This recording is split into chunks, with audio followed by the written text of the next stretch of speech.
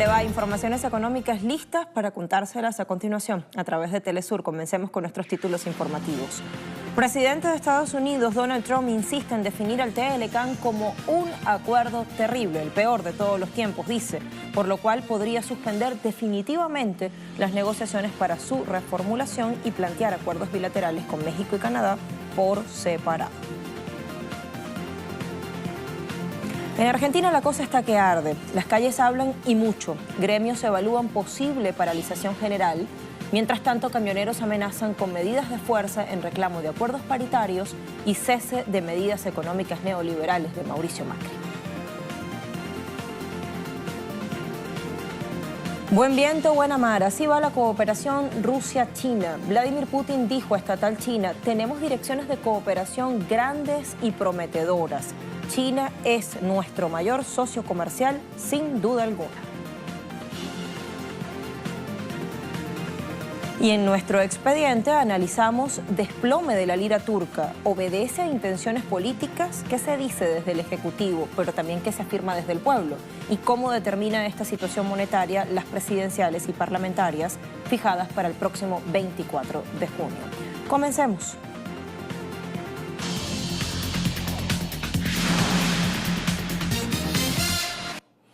Una vez más irrumpe la amenaza de dejar al TLCAN sin efecto y la posibilidad de privilegiar acuerdos bilaterales por separado.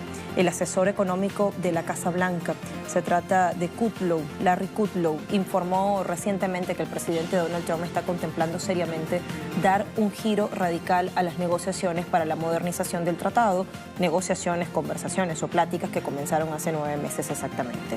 Cree Trump, dice Kudlow, que lo bilateral es mejor. Reitera que odia los grandes tratados, sobre todo este, al cual califica de acuerdo terrible o el peor de todos los tiempos, y asegura que está mirando a México y a Canadá con otros ojos, por lo cual no ha de extrañar que proponga o puje por acuerdos separados. Kudlow aclaró también que la decisión de salir del TLCAN todavía no está tomada. Larga espera tras la renuncia de David Tuesta. El presidente peruano Martín Vizcarra dijo que en las próximas horas designará a su nuevo ministro de Economía y Finanzas y aclara que quien quiera que reemplace al alto directivo del BBVA, es decir, a Tuesta, mantendrá la política económica y de impuestos vigente. Cero alza, por si acaso hace la aclaratoria. Recordemos que Tuesta se vio obligado a dimitir porque aprobó como definitivo y sin posibilidad de retroceso un paquete impositivo que, entre otras cosas, contemplaba aumento en los precios de combustibles. Apenas se manifestó el descontento popular, ¿qué hizo Vizcarra? Le desautorizó y dijo que habría que revisar en detalle esa medida.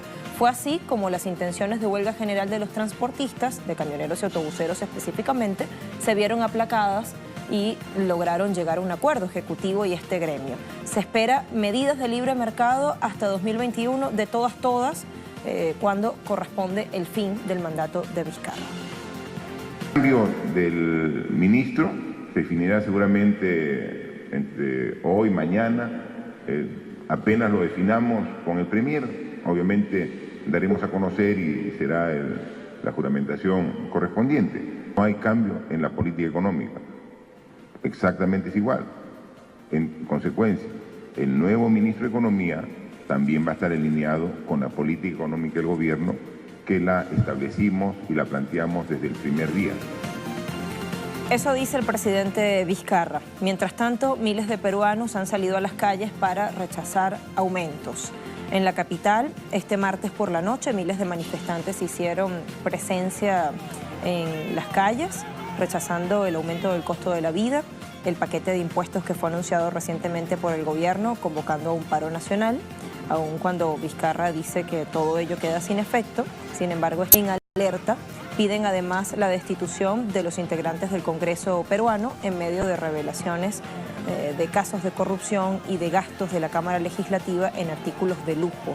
La protesta terminó con represión, empujones, gases lacrimógenos. Al cierre del Congreso y del gobierno por un paro nacional. Queremos que haya un paro nacional porque esto es el principio de una lucha que no va a acabar. Todos tienen que dimitir porque el pueblo es el que manda. No mandan los corruptos, manda el pueblo. El gobierno brasileño descarta crear subsidios para reducir el precio de la gasolina. Así lo dijo desde un seminario sobre financiamiento de estados y municipios el ministro de Hacienda, Eduardo Guardia, quien señaló también que en cualquier medida para el sector de combustible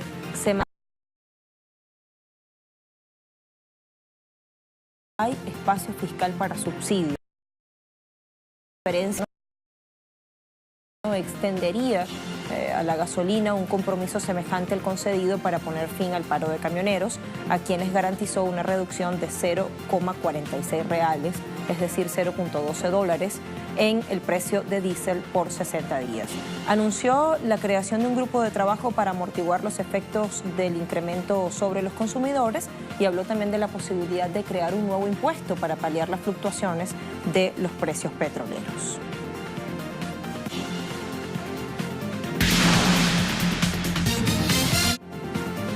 En su gira por Europa, el equipo de trabajo del presidente ruso Vladimir Putin firmó en Austria, junto a directivos de empresas líderes en energía, un acuerdo para suministro de gas hasta 2040.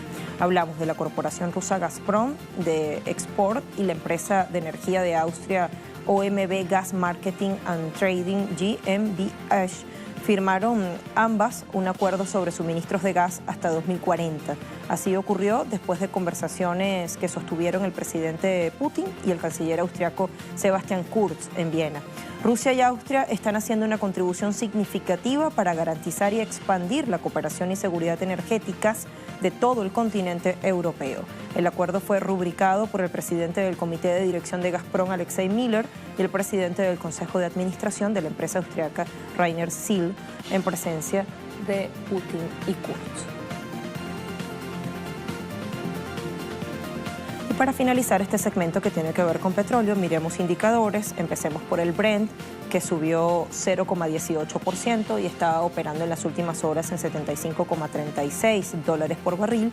En el caso del Texas, del petróleo intermedio de referencia en Nueva York, perdió 0,23% y opera en 65,23 dólares por tonel.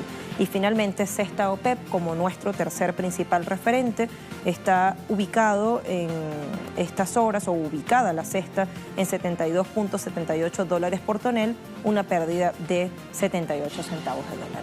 Y con esos precios petroleros nos movemos hacia este lado para ya alistarnos para nuestro segundo segmento. A la vuelta vamos a hablar de Jordania y vamos a hablar también de la cooperación entre Rusia y China. ¿Por qué dice Putin que está más fuerte que nunca? ¿Hacia cuáles direcciones se está encaminando, además de la franja y la ruta? Lo vemos a la vuelta.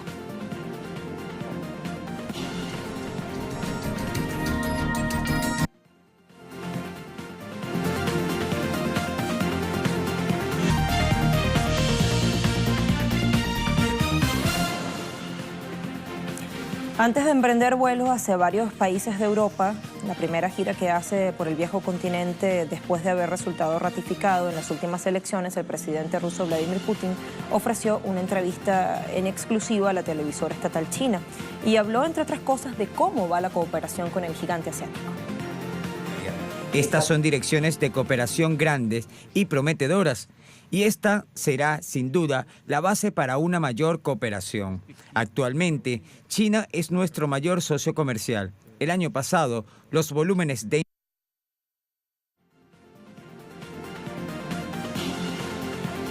Bueno, se interrumpe el audio allí, pero vamos a ver ahora si le escuchamos hablando respecto de los planes de inversión con China en materia de economía digital.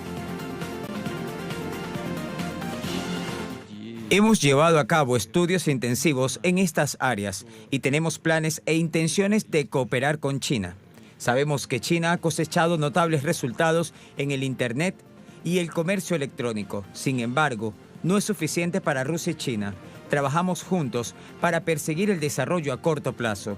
También debemos trabajar juntos para desarrollar sectores tales como tecnología digital, fabricación, infraestructura, energía y energía alternativa. Entonces, no solo podemos utilizar los resultados de las investigaciones científicas, sino también concertar los resultados en nuevas fuerzas motrices para producir más resultados. Si podemos lograr esto, nos convertiremos indiscutiblemente en líderes mundiales en estas áreas. Trabajaremos duro para lograrlo. Cuando fue consultado en esa entrevista sobre sanciones, sobre medidas restrictivas unilaterales, Putin dijo: no nos asustan, no nos van a doblegar, seguiremos luchando por nuestra independencia, por nuestra soberanía, queremos una relación positiva con Occidente, y con este tipo de medidas ilegales, quienes más sufren son precisamente quienes las imponen. Espero una relación positiva, pero no nos sorprenden ni nos asustan las actuales limitaciones y sanciones, y nunca abandonaremos el camino de la independencia y la soberanía. Los países que siguieron las acciones de los Estados Unidos han sufrido pérdidas por la decisión del gobierno estadounidense. No me complazco en las desgracias de los demás, ni me estoy burlando, pero se ha demostrado que estos medios no son potentes. Hará daño a todos tarde o temprano, incluidos los que los llevaron a cabo. Sobre todo, espero que nuestras relaciones con los países occidentales se puedan normalizar de alguna manera. Dicen que el remedio es peor que la enfermedad, y parece que este viejo refrán es una muestra de lo que está ocurriendo hoy día en Jordania, en sus principales ciudades. Resulta que en sustitución del anterior primer ministro, cuestionado, como sabemos, por haber implementado un paquetazo impuesto por el Fondo Monetario Internacional, el rey Abdullah nombró al exfuncionario del Banco Mundial Omar al-Razaz para formar un nuevo gobierno. Como resultado, las protestas, las movilizaciones se mantienen en Amán, en la capital, y en otras ciudades importantes, estratégicas de esta nación árabe. Se ha convocado para este miércoles a una huelga general después de que el gobierno saliente de al-Mulki rechazó descartar el proyecto de ley de reforma tributaria y de aumentos generalizados que exige el Fondo Monetario Internacional. Se mantienen estas protestas. El rey, de su parte, ha pedido a Omar al-Razaz revisar la reforma fiscal para calmar los ánimos de estas protestas que ya provocaron la renuncia de al-Mulki y parecen no dar tregua. Se acrecienta entre los manifestantes el escepticismo de que haya un cambio, el escepticismo respecto a la posibilidad de que con la sustitución del primer ministro las cosas en lo económico mejoren considerablemente para la ciudadanía en general. Hay una ola de cambios, especialmente en los jóvenes. En la era de Internet es muy fácil ver cómo las cosas cambian y se dejan influenciar y emocionar. No hay nada que preocuparse. No estoy preocupada, básicamente no tengo nada que perder. Lo peor está pasando, no puedo empeorar. Quiero un futuro mejor, honestamente. Quiero decisiones diferentes. Quiero un gobierno que se preocupe por las personas, no solo por el dinero y las empresas. Quiero un entorno que sea inclusivo para todos y no solo para las personas que puedan darse el lujo de vivir. Tal vez el gobierno pensó que la renuncia del primer ministro haría que los jóvenes volvieran a casa, pero estamos aquí para decir que nuestro objetivo no es solo cambiar a las personas, queremos cambiar la política del gobierno que ha estado sucediendo durante años.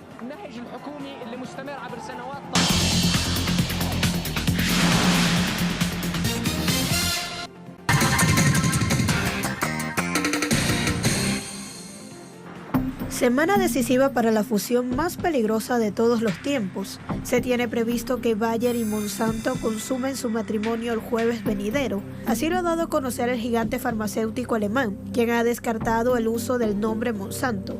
A través de un comunicado han expresado lo siguiente: Bayer seguirá siendo el nombre de la empresa, Monsanto será descontinuado como el nombre del negocio. Una vez se concrete la compra, los jefes nombrarían la división agroquímica fusionada como Bayer Crop Science. El trato gigantesco producirá un monstruo global con 115.000 empleos y unos ingresos de aproximadamente 45.000 millones de euros. Bayer ha puesto recursos masivos detrás, recaudando 57.000 millones de dólares en financiamiento, incluyendo una nueva emisión de acciones por valor de 6.000 millones de euros anunciada este domingo. En el mundo se prenden las alarmas. Expertos aseguran que una sola firma tendrá el control de la venta de la enfermedad y la cura.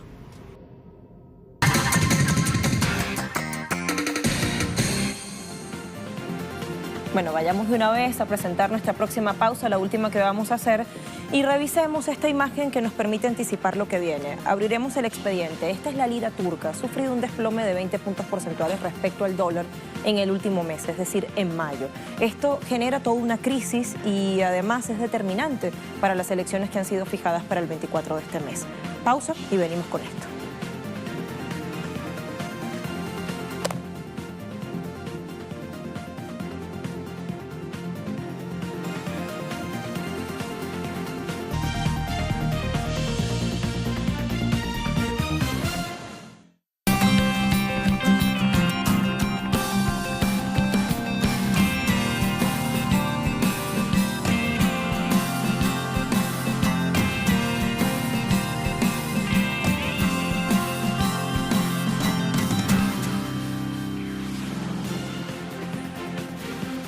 Se avecinan presidenciales y parlamentarias en Turquía, están pautadas específicamente para el 24 de este mes y el gobierno de Recep Tayyip Erdogan ha tenido que enfrentar un panorama financiero bastante complejo tras la devaluación de su moneda. Devaluación monetaria. Empecemos por ese punto nuestro desarrollo. La lira se ha desplomado alrededor del 20% frente al dólar estadounidense desde el comienzo del año, pero la crisis monetaria se intensificó rápidamente a comienzos del mes de mayo, luego de que el presidente turco Recep Tayyip Erdogan indicara que si gana las elecciones tendrá más voz en la política monetaria y tomará el control de la fijación de las tasas de interés, que describió como la madre y padre de todos los males. Hay expertos que aseguran que la caída de la moneda está asociada con una economía inestable marcada por la alta inflación y el desempleo, el déficit de cuenta corriente y la deuda externa. Es la alta inflación que reutiliza la tasa de rendimiento real del Banco Central de Turquía. Pero lo más importante es la preocupación por la independencia del Banco Central y las perspectivas de inflación a mediano plazo. Otros atribuyen la caída de la lira al posible aumento de tasas de la Reserva Federal estadounidense. Según las actas de la última reunión de política del Banco Central, la Fed espera elevar la tasa de interés pronto si las perspectivas económicas están en línea con las expectativas de sus funcionarios. Este es el problema con respecto al escepticismo sobre lo que sucederá después. Si se convertirá en un nuevo sistema de presidencia donde el sistema será regulado, nuevas metodologías estarían involucradas y también este tipo de cambios como los que crearon un problema en la mente de los inversores en Turquía. A medida que los inversionistas salieron en estampida de la lira, llevándola a un mínimo histórico de aproximadamente 20 centavos de dólar, el Banco Central turco anunció un aumento de emergencia en las tasas de interés de 13,5% a 16,5% para frenar la corrida.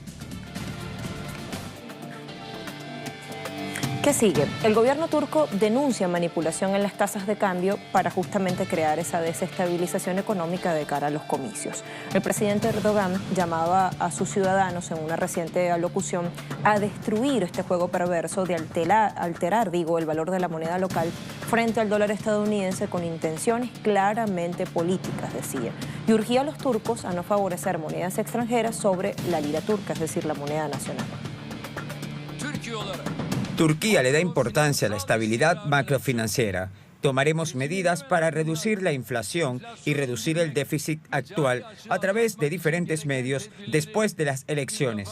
Tenemos los medios para evitar la fluctuación de la moneda en el corto plazo.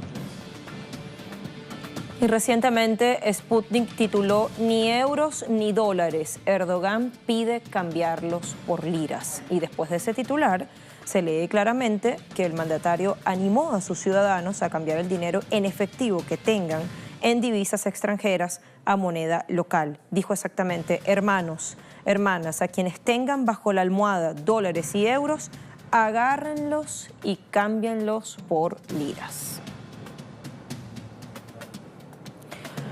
Desde las filas gubernamentales se afirma también que las fuerzas extranjeras tienen las manos metidas en el estrepitoso declive de la lira turca en las últimas semanas y en la calle son muchos quienes comparten esta opinión. Es un complot para acabar con el gobierno en este periodo crucial preelectoral. Todo esto en sintonía con lo que ya estábamos contando. Mientras, los principales candidatos opositores solicitan al presidente detener el declive monetario, pidiendo que reduzca gasto público y que elimine el estado de emergencia. Muchos en la acera contraria, sobre todo analistas, defienden que el gobernante Partido de la Justicia y el Desarrollo ha sido la base más fiable para el progreso turco. La economía turca se sostiene de tres sectores fundamentales: servicios, industria y agricultura. Sin embargo, en las últimas décadas, los reajustes en política económica han modificado el peso de estas actividades en el PIB nacional. En el contexto internacional, Turquía es considerada parte del mercado emergente. Una estrategia macroeconómica y políticas fiscales prudentes, conjugadas con varias reformas estructurales, han sido factores que han contribuido a la integración de su economía en el mundo globalizado, además de transformar el país en uno de los principales receptores de inversiones extranjeras directas en la región. Sin embargo, tras varios años de crecimiento a doble dígito, la economía turca empezó a desacelerar debido al contexto internacional desfavorable, bajo crecimiento en la eurozona, reajustes de la política de Estados Unidos y los conflictos militares. Además, ha habido tensiones políticas internas y problemas de seguridad que afectaron el consumo doméstico. El crecimiento alcanzó 4,5% del PIB en 2015, pero en 2016 cayó hasta 3,3% debido al intento de golpe de Estado contra el presidente Recep Tayyip Erdogan en julio de ese año. Hoy las cosas han mejorado. El país euroasiático es la 18ª economía más grande del mundo y uno de los aliados más importantes de Occidente por su posición estratégica como guardián de la puerta a Oriente Medio. Nuevas escuelas, hospitales, carreteras y otros gigantes proyectos de infraestructura han transformado positivamente la vida de millones de turcos. Durante el año pasado, Turquía rompió todas las expectativas de crecimiento. Enfrentada a sus antiguos aliados occidentales, las instituciones internacionales no esperaban un incremento del PIB turco por encima del 5,5%. Pero los resultados arrojaron una cifra mucho mayor, una subida del 7,4%, y dan alas a previsiones alcistas para este 2018. Pese a esa realidad, el candidato presidencial de la oposición, Muharrem İnce, dice que Erdogan está llevando a Turquía al precipicio a través de la política ideológica y la determinación de controlar el Banco Central. Muy a pesar de lo que se diga desde las filas opositoras, el gobierno turco ciertamente se ha enfocado en priorizar el crecimiento a través del consumo y la inversión y ha adoptado un ambicioso plan de desarrollo económico de 125.000 millones de dólares para elevar el PIB turco desde 820.000 millones o hasta 1.3 billones de dólares en este 2018. Y además ha sabido fortalecer sus relaciones internacionales, especialmente con Rusia, país del cual depende 25% de su turismo. Así llegamos al final de nuestro expediente, también de nuestro impacto. Gracias por acompañarnos. Hasta pronto.